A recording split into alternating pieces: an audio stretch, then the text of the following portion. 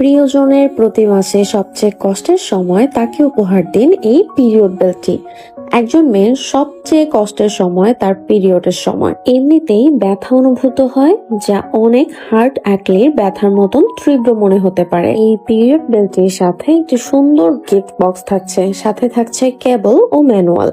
এই বেল্টে রয়েছে ম্যাটিসেস মোড, অন অফ সুবিধা ও 3টি হিটিং মোড, যা কয়েক সেকেন্ডের মধ্যে 4টি পিরিয়ডের ব্যথা কমাতে সাহায্য করে।